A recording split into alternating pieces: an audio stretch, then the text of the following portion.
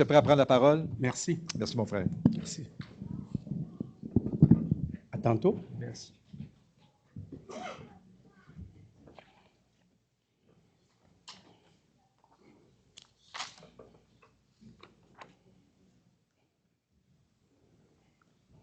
Bonjour à tous. Vous allez bien ce matin? On a tous le moral bon? Il y a un beau soleil dehors, n'est-ce pas? Même s'il n'y avait pas le soleil dehors, il y a le soleil de Jésus dans notre cœur. Et ça nous illumine, ça nous donne la joie et la paix. Hein? Ne serait-ce que nous sommes enfants de Dieu, que nous sommes sauvés, que nous partons au ciel, ça suffit largement d'être dans la joie et que notre cœur soit égayé tous les jours, n'est-ce pas? Merci. Alors, on va prier pour commencer ce temps ensemble. Seigneur notre Dieu, nous voudrons placer ce moment sous ton haut patronage dirigé par ton Saint-Esprit. Dès nous conduire et nous diriger dans ce temps. Nous sommes ici pour toi, pour ta présence et pour t'adorer et te servir. Parle-nous. Merci pour la présence de ton peuple. Nous prions pour ceux qui sont en chemin, qui vont se joindre à nous. Presse leurs pas afin qu'ils arrivent en ce moment. Et ceux qui sont ici, dispose nos cœurs, dispose nos entendements, afin que ta parole ait un écho favorable dans nos cœurs ce matin. C'est au nom et pour la gloire de Jésus-Christ que nous t'avons prié. Amen. Alors, ce matin, nous allons continuer avec la suite de notre enseignement sur la conclusion, sur l'adoration. La mini-série qu'on a commencée, il y a 5 semaines, on a dit qu'on faisait ça en rafale. Donc, on est rentré en rafale. Alors, les anciens et l'équipe de planification m'ont donné le privilège de pouvoir venir conclure et terminer cette partie ce matin. Si vous n'avez pas eu l'occasion de suivre tout l'enseignement, il y a des parties qui ont pu être mises sur l'Internet que vous allez pouvoir écouter. Malheureusement, il y a mon enseignement et celui de David qui n'a pas pu être là à cause que la technologie n'a pas fonctionné. Mais on va voir avec Christian, il était trop fâché contre lui-même. J'ai dit du calme. Nous, on t'aime, ne te fâche pas contre toi. Ça va aller, on t'aime comme ça, pareil. Alors, donc ce matin, nous allons regarder, on a vu que les différents enseignements qui ont été passés, des sujets qui ont été donnés. Alors, Michel nous a parlé réellement de célébrer. L'adoration, c'est célébrer la gloire de Dieu. Et notre frère Gilles Poulet nous a parlé, l'adoration est un hommage réservé. Ce n'est pas donné à tout le monde d'adorer Dieu. Tout le monde est appelé pour adorer Dieu, mais ce n'est pas tout le monde qui peut adorer Dieu. Et ça prend des enfants de Dieu, ceux qui sont nés de nouveau, qui ont donné leur vie à Jésus-Christ. Alors ce matin, l'enseignement que je vais donner s'adresse à eux, ceux qui sont nés de nouveau, ceux qui s'appellent le peuple de Dieu, ceux qui sont passés par les eaux du baptême, ceux qui n'ont pas eu honte de s'afficher comme enfants de Dieu publiquement, et ceux qui portent le nom de Jésus-Christ avec fierté et qui ne cachent pas cela en dessous de la table. Ce matin, c'est à vous que je m'adresse. Est-ce que c'est clair? L'adoration ce matin s'adresse à vous, parce que c'est vous, vous êtes appelés pour adorer. C'est vous, vous êtes appelés pour célébrer la gloire de Dieu. C'est vous, vous êtes appelés pour exalter l'Éternel, notre Dieu. Et avec moi y compris. Je ne m'exclus pas. Ça va? Alors, si tu n'es pas chrétien, ça ne s'adresse pas à toi. Mais ça peut s'adresser à toi dans un autre sens, à condition que tu te donnes à Jésus-Christ. Si tu l'acceptes comme ton Sauveur et ton Seigneur, alors tu peux rentrer dans l'adoration et faire partie du peuple de Dieu et célébrer Dieu, célébrer sa gloire. Amen. Donc, David nous a parlé, effectivement, d'être prêt à adorer dimanche dernier. Et nous a parlé des obstacles par rapport à l'adoration. Et puis, nous avons vu aussi les résultats de l'adoration et qu'il a bien expliqué et avec l'exemple de Caïn et Abel. Amen. Alors ce matin, nous allons parler de la pratique de l'adoration. On a vu tout. On connaît la définition de l'adoration. On connaît beaucoup de choses qui nous ont été données. On sait qui peut adorer, qui ne peut pas adorer. Maintenant, comment nous pouvons adorer? Alors, pour rappeler un peu notre compréhension, qu'est-ce que l'adoration que nous avons vu pour qu'on puisse entrer dans notre sujet comme il faut? L'adoration, nous avons dit que c'est une réponse à la réaction, à la bonté et à sa grandeur, à sa puissance, à sa sainteté, à sa sagesse. L'adoration, c'est notre réponse d'amour à l'amour divin de Dieu. L'adoration, c'est le renoncement, c'est renoncer de regarder à soi-même, mais de contempler Dieu. notre Sauveur Jésus-Christ. Je refuse de porter le regard sur moi et je le tourne vers Dieu. Et l'adoration aussi, comme nous avons dit, c'est un mode de vie. C'est un style de vie. L'adoration, ce n'est pas parce que je suis à l'église, j'adore à l'église, mais quand je suis chez moi à la maison, c'est terminé, on n'adore plus. Quand je suis au travail, je n'adore pas. Quand je suis avec des camarades, je n'adore pas. Non, l'adoration, c'est un style de vie, c'est une attitude, c'est une identité pour le chrétien. Vous savez pourquoi? Parce que nous n'aurions rien d'autre à faire au ciel qu'adorer Dieu. La réponse, c'est ça. Notre métier au ciel, ce serait d'adorer le Seigneur, célébrer sa gloire. Alors nous devons nous exercer ici pour faire cela, pour que quand nous serons au ciel, on ne sera pas tanné. Tu ne te tourneras pas les pouces. Parce que je t'informe, si tu ne le sais pas, il n'y a pas d'iPhone là-bas, il n'y a pas d'iPad là-bas. Il n'y a pas Radio-Canada là-bas. Alors tu ne pourras pas aller faire du ski. Donc ton métier et ta présence sera d'adorer l'Éternel. Voilà pourquoi nous enseignons cela, pour que nous nous exerçons à faire cela. Amen. Amen. Alors, l'adoration, c'est une activité éternelle pour le croyant. C'est ça. Alors, la dimension de l'adoration, j'ai pris le diapo de Michel Penaud pour pouvoir amener, pour qu'on puisse comprendre. Parce que l'adoration touche toutes les dimensions de notre être au complet. Ce n'est pas une partie, c'est tout notre être. Comme je l'ai dit, c'est une vie. L'adoration touche toutes les dimensions de notre vie. Alors, si elle touche toutes les dimensions de notre vie, alors ça voudrait dire que quoi? Il y a la partie personnelle, il y a la partie collective. L'adoration de la partie collective, c'est ce que je vais m'adresser ce matin ici. Quand nous sommes dans l'église dimanche matin, nous adorons en collectivité, mais comment on le fait? Comment nous devons le faire de la bonne manière, de sorte que tout le monde puisse participer, de sorte que tout le monde soit édifié, de sorte que quand les gens sortent ici, là, leurs pieds ne touchent plus le sol. C'est comme s'ils sont dans les airs, ils pédalent, tellement que l'adoration a été bien faite, ça les porte à l'air. Ils sont dans la présence de Dieu continuellement pour le reste de la semaine. Et c'est ça l'objectif qu'on veut.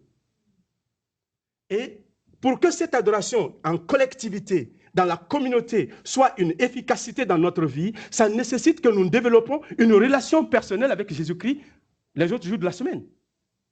Que nous travaillons avec lui, que nous gardons la relation avec lui.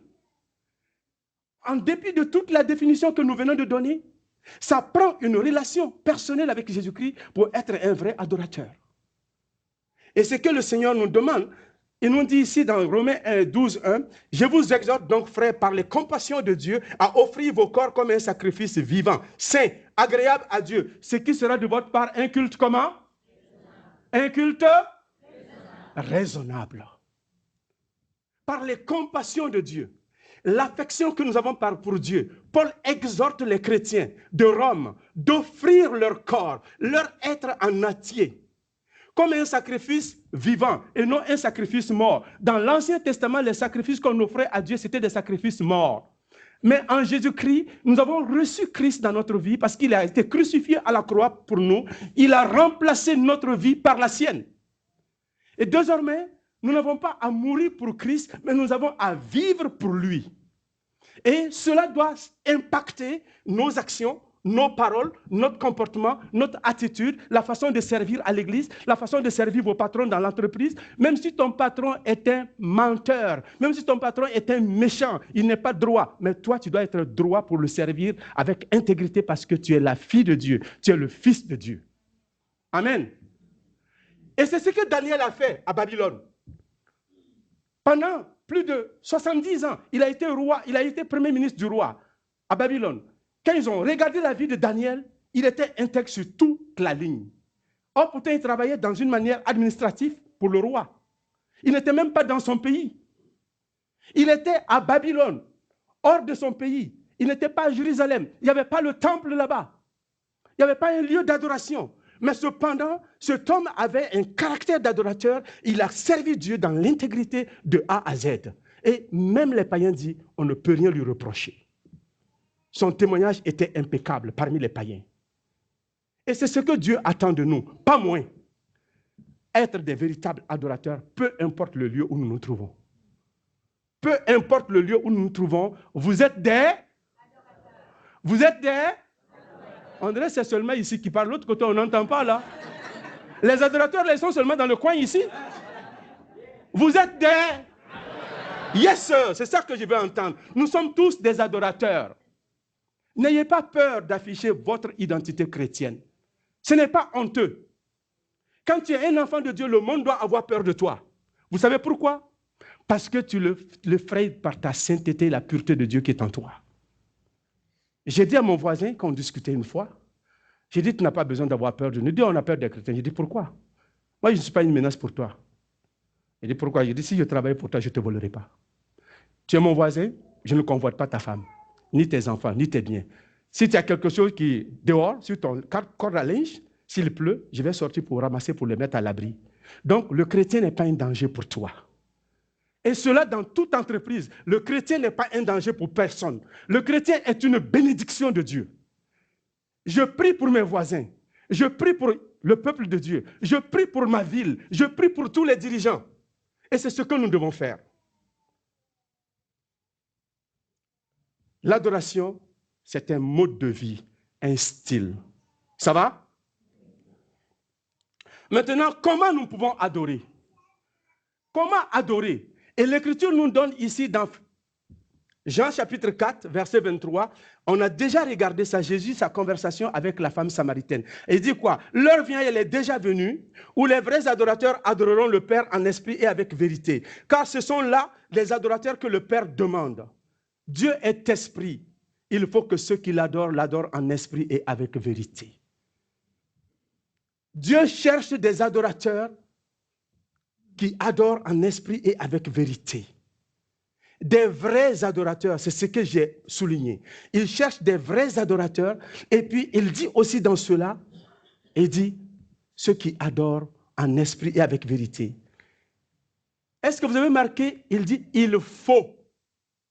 Le il faut là, qu'est-ce que ça voudrait dire? L'obligation. Il faut. C'est pas si tu peux. C'est pas si tu veux. C'est pas si ça te tente. Tu dois le faire. Nous devons le faire. Il faut. Il faut que ceux qui adorent, il faut que le peuple de Dieu au Cap de la Madeleine, qui sont des adorateurs et des adoratrices, adorent en esprit et avec vérité. C'est ça qu'il demandait.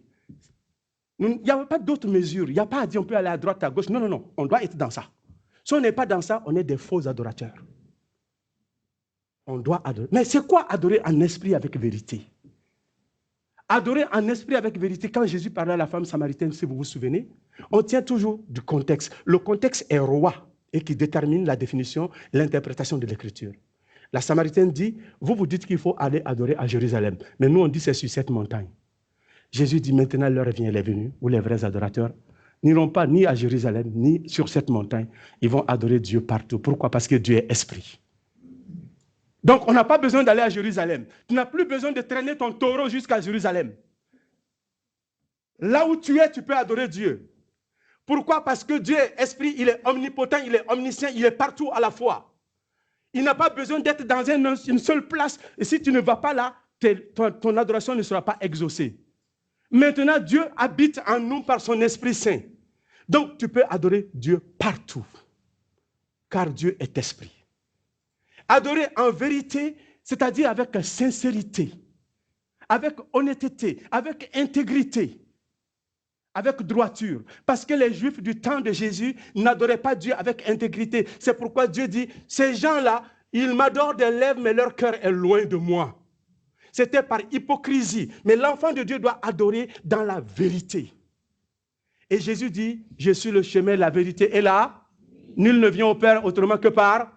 Alors il est la vérité. Donc Christ est le chemin par lequel nous passons pour atteindre Dieu. Quand nous adorons Dieu, nous nous approchons de Dieu par Jésus-Christ. C'est pourquoi en son nom, quand nous demandons quelque chose à Dieu, Dieu nous écoute et nous exauce. Si tu pries au nom d'Abraham et tu termines ta prière, c'est au nom d'Abraham j'ai prié, Dieu ne t'exaucerait pas, le ciel ne t'écoute pas. N'essaye même pas mon nom, ça ne dépassera pas le plafond.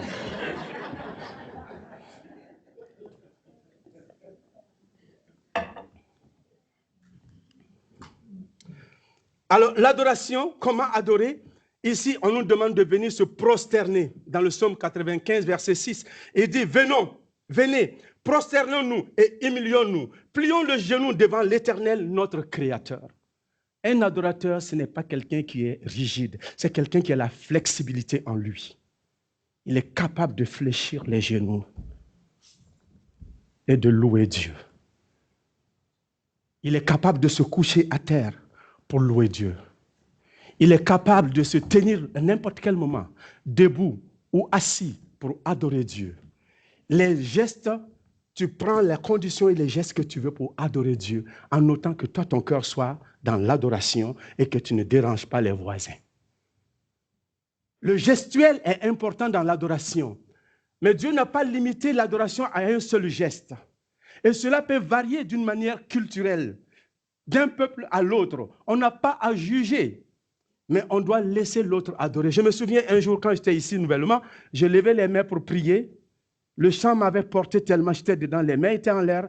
Il y a quelqu'un qui est venu, paix à son âme, il n'est plus vivant aujourd'hui, je peux parler. Il est venu, il m'a dit, mais quand tu pries, tu lèves les mains là, moi ça me dérange. Je dis, ça te dérange? Il dit oui. Je dis, si tu adorais, tu ne sauras pas que moi j'ai levé les mains. C'est parce que tu n'adorais pas, donc tu étais en train de faire ton Colombo. Tu watchais tout le monde. Adore. Si tu es ébloui, tu es touché par la présence de Dieu, tu es émerveillé par la gloire de Dieu, tu ne sauras même pas ce que l'autre fait à côté de toi. Parce que tu es aussi en train d'adorer. Mais si tu ne fais pas ça, alors tu vas passer ton temps à regarder qui a adoré bien, qui a fait quoi, qui est-ce qu'il est sur un pied, il est sur un pied gauche. Non, ce n'est pas important. Quand on vient ici, c'est pour adorer. On n'est pas là pour contrôler qui que ce soit. S'il y a quelqu'un qui doit reprendre les gens parce qu'ils adorent mal, peut-être le président qui préside, s'il adore, et puis suit, parce qu'il doit contrôler le culte, ou les anciens qui ont suivi, sinon si aussi ils prient, face contre terre comme les 24 vieillards dans Apocalypse, il n'y aura pas de problème. Amen. Mais en même temps, nous savons que nous ne voulons pas l'exagération. On ne veut pas le woya, woya, woya, woya, woya. Je connais ça parce que j'étais en Afrique. À l'église pentecôtiste aussi. Je ne suis pas contre les pentecôtistes, ce n'est pas ce que je vais dire. Nous sommes tous des pentecôtistes d'une certaine façon parce que l'église est née de la Pentecôte. Donc, mais je parle de pentecôtisants, ceux qui ont mis l'accent sur dedans, mais dans ce sens qui dit, il y a trop de bruit, la cacophonie. Quand ça prie ensemble, oya, oya, oya, tu as l'impression que c'est les oies qui quittent le Canada pour aller au sud. Ce n'est pas ça qu'on veut. Mais on veut que les gens puissent adorer Dieu dans la dignité, dans la loyauté, de sorte que quand un païen inconverti rentre au milieu de nous, qu'il n'est pas scandalisé par notre façon d'adorer, qu'il comprend et que c'est intelligent, c'est sage, ça l'amène à réfléchir. Mais si on parle oya, oya, oya, on ne comprend rien, et puis on dit, à la Pentecôte là, c'est pas vrai. À la Pentecôte, quand ils parlaient, les gens les entendaient, ils les comprenaient, ils discernaient les mots. Et ce n'était pas, va payer du piment, va payer du sel, va payer du lait. Ce n'était pas ça qu'ils disaient. Alors, donc, soyons corrects. Dans l'adoration, la louange fait partie de l'adoration. Comment adorer en passant par la louange? La louange, c'est quoi? Nous voyons David le dire dans le psaume 145, verset 1. Louange de David. J'exalterai, ô mon Dieu, mon roi, et je bénirai ton nom à toujours et à perpétuité. David exalte Dieu. Il loue Dieu. Il célèbre Dieu. Il parle de la grandeur et de la dignité de Dieu. Il parle de la puissance de Dieu. Il dit que Dieu est grand et insondable. Il parle de tout cela. Il parle des attributs de Dieu. Il parle des œuvres de Dieu. Et il nous dit au verset 4 que chaque génération célèbre tes œuvres et publie tes hauts faits. Je dirais la splendeur, la gloire, la splendeur glorieuse de la majesté ou de ta majesté dans certaines versions. Je chanterai tes merveilles. Voilà comment David adore. David ne parle pas de lui-même. David ne parle pas de lui-même. Il parle des merveilles de Dieu, de la bonté de Dieu, de la puissance de Dieu, de l'œuvre de Dieu. C'est le modèle qu'il nous donne. Et quand nous continuons, nous pouvons adorer Dieu aussi. Pardon, je suis parti trop vite.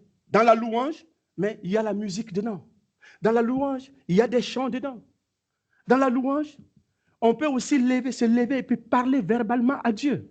Dans la louange, on peut prendre un psaume de la parole de Dieu et lire. N'est-ce pas? On peut faire ça. Mais on va voir. Comment? Par la lecture de la parole de Dieu. Et Éphésiens nous dit, Éphésiens chapitre 5, verset 19, entretenez-vous par des cantiques spirituels, chantant et célébrant de tout votre... À qui? Ah, est-ce que c'est les louanges de moi? C'est les louanges des anciens? C'est les louanges de toi-même? Les louanges de qui? Parce que c'est lui qui a fait les merveilles. Quand nous adorons, l'adoration est centrée sur Dieu. On coupe tout son ailleurs, nos micros, tous les bruits, nos cellulaires, tout est coupé. Et l'adoration est portée sur Dieu seul. On parle à l'Éternel tout seul. Je ne m'adresse pas à vous, je m'adresse à Dieu. Je fais comme si Dieu est assis dans la salle là, et puis je dois lui parler. Je viens d'une culture où ça nous comprenons d'une certaine façon parce qu'on a des griots. Je ne sais pas si vous avez entendu parler des griots. Le griot, c'est le journaliste et l'historien de notre temps, dans l'Antiquité, de nos ancêtres. Avant que le journalisme n'existe comme vous le connaissez, dans nos pays, le griot, c'est celui qui connaît toute la lignée d'une famille. Le griot, quand il va prendre ton nom, il va commencer à te dire qui tu es, qui étaient tes ancêtres, ce qu'ils ont fait depuis longtemps, de bien comme de bon. Il va aligner tout cela et puis il va te parler tellement de la bonté de ta famille, à tel point que si tu ne fais pas attention, tu vas te déshabiller puis donner les habits pour qu'il n'a qu'à aller parce que tu n'as pas d'argent pour lui. Parce qu'il a tellement dit les bonnes choses. Tu vas lui donner ta maison, tu vas lui donner ta voiture. Parce qu'il dit les vraies choses qui vont chercher tes fibres à l'intérieur de toi. Et quand nous adorons Dieu, nous devons parler de Dieu d'une manière extraordinaire. Quelqu'un disait que quand Dieu est adoré, quand Dieu est loué, c'est comme si c'est un grand-père qui est assis avec beaucoup de cadeaux. Quand tu finis de lui dire, yes, c'est ça que je veux. Et puis toi, tu es en bas, qu'est-ce qui se passe? Tous les cadeaux tombent sur toi, tu es béni, la bénédiction. Ça, c'est l'image qu'il donne. Mais ça ou non, Dieu nous bénit toujours en Jésus-Christ. Mais nous devons être capables de louer Dieu, parler de ses attributs dans l'adoration.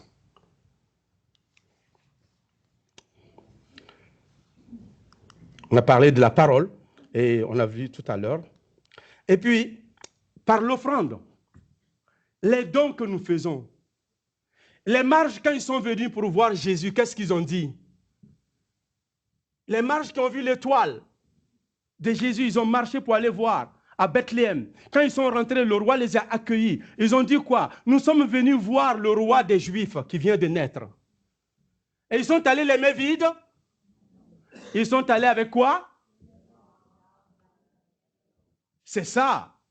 De l'encens, de l'or, de la myrte. Ils ont apporté des offrandes à Dieu. Ils ont apporté des offrandes à ce bébé dans le berceau.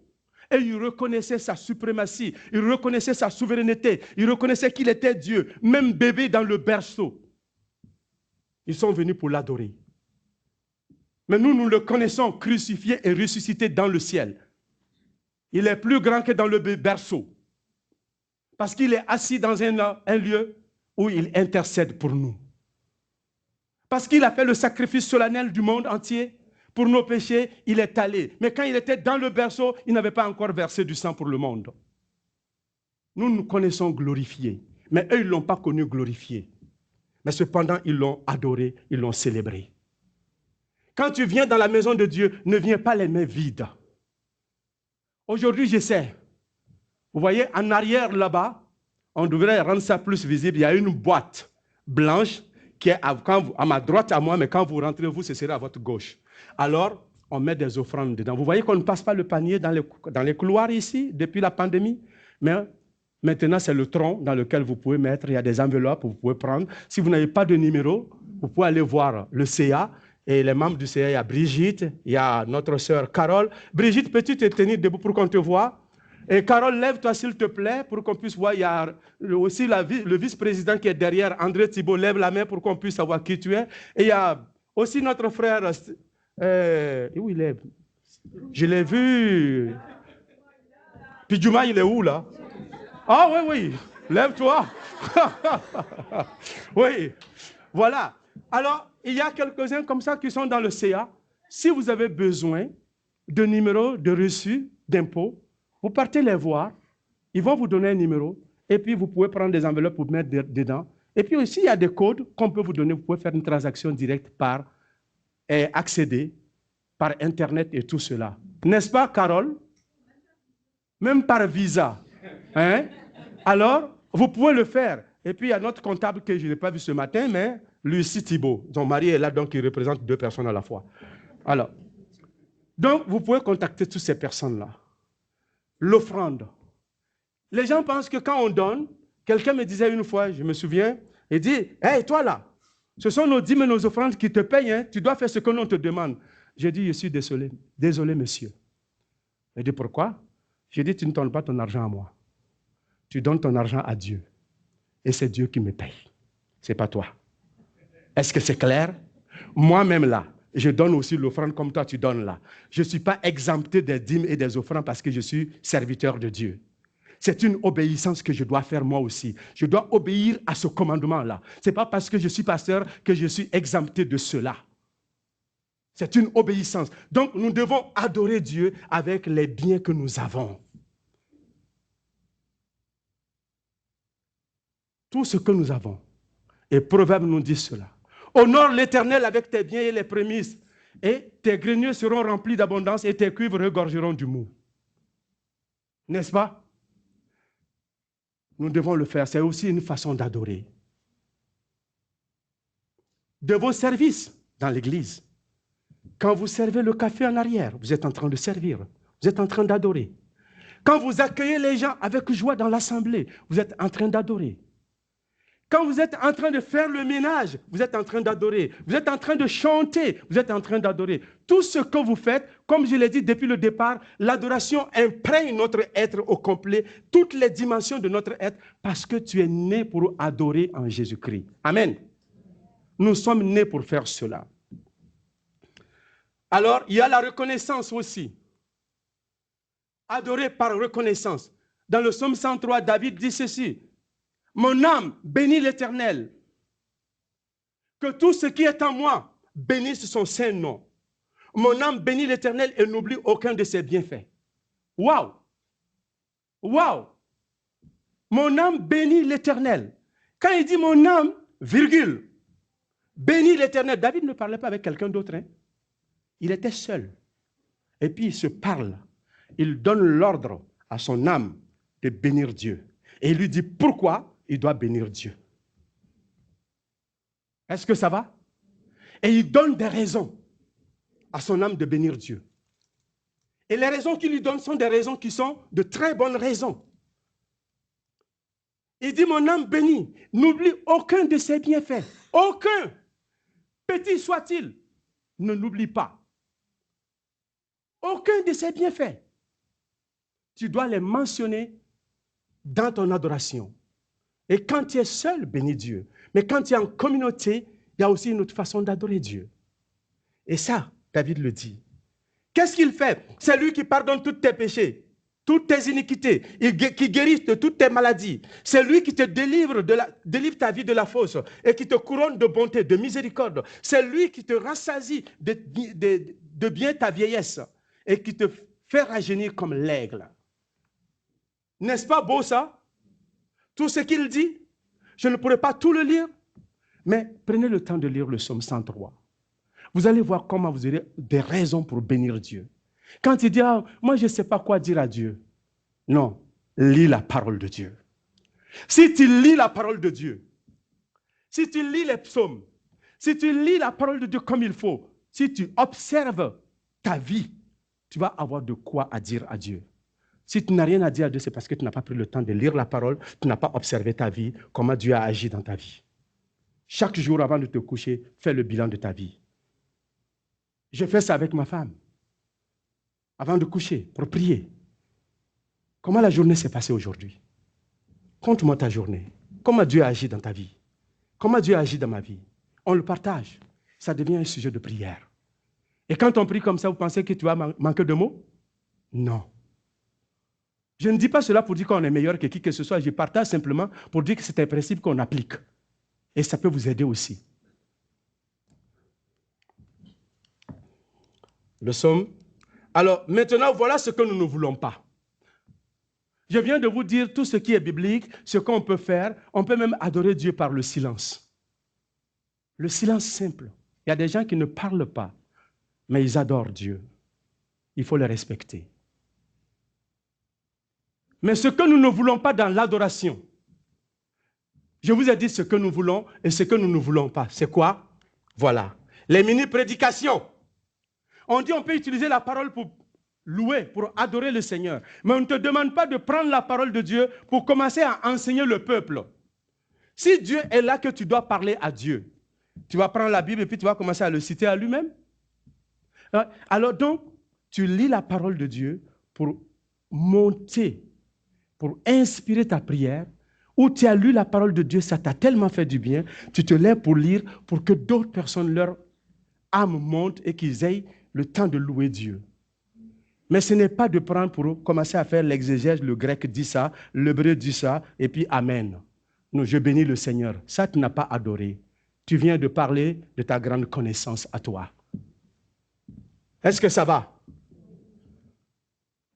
Donc, l'adoration, ce n'est pas faire des mini-prédications. L'adoration, ce n'est pas lire une méditation qu'on a fait. On a lu le pain quotidien. C'est bon, ce n'est pas mauvais. Et je vous encourage de lire le pain quotidien et d'autres choses. Mais quand tu finis de lire ça, ça c'est pour toi. Si dimanche matin tu veux adorer Dieu, mais rappelle-toi comment tu as lu, ça t'a fait du bien, alors parle de cela, loue le Seigneur. Mais tu n'as pas besoin de prendre le petit bout et puis venir le relire de A à Z pour nous, on n'a pas besoin de savoir ça. C'est pour toi. Prends, résume ce qui t'a touché dedans et utilise pour louer Dieu avec cela, plutôt que de le relire pour tout le monde à zéro encore. Ça prend trop de temps et ça fait que d'autres personnes n'ont plus le temps d'adorer Dieu. Est-ce que c'est clair? Ce que je suis en train de dire là, ça ne vous fait pas plaisir, mais je vais le dire, parce que je suis l'homme de Dieu. Si je ne le dis pas, le ciel même va me gronder. Donc je vous le dis et on doit l'écouter, ça me concerne aussi. Amen. Les amens, ça ne sort pas, hein? Si le chapeau te fait, porte-le, ça ne me dérange pas.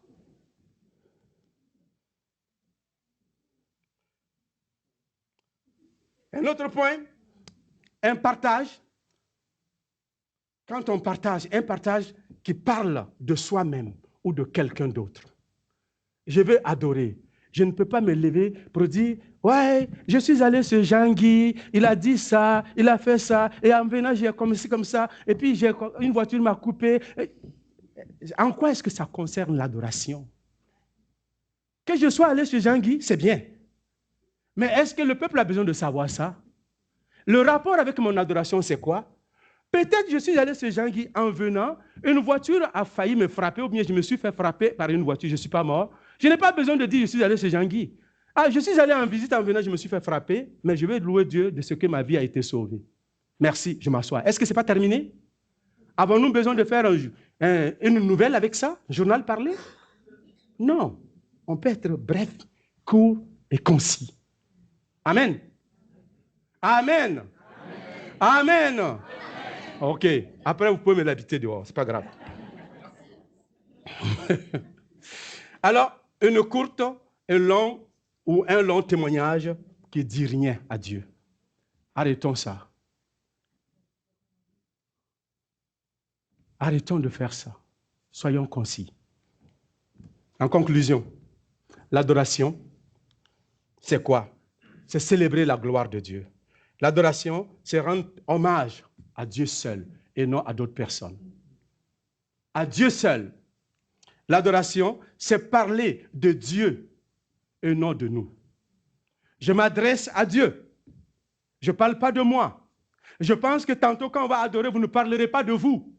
Vous ne parlerez pas de moi. Vous parlerez à Dieu tout seul, direct. Amen. Maintenant que nous savons ce que nous devons faire, s'il vous plaît, mettons-le en pratique. Que Dieu vous bénisse. Merci. Maintenant, vous pouvez sortir la croix pour me crucifier à la fin. Je suis prêt.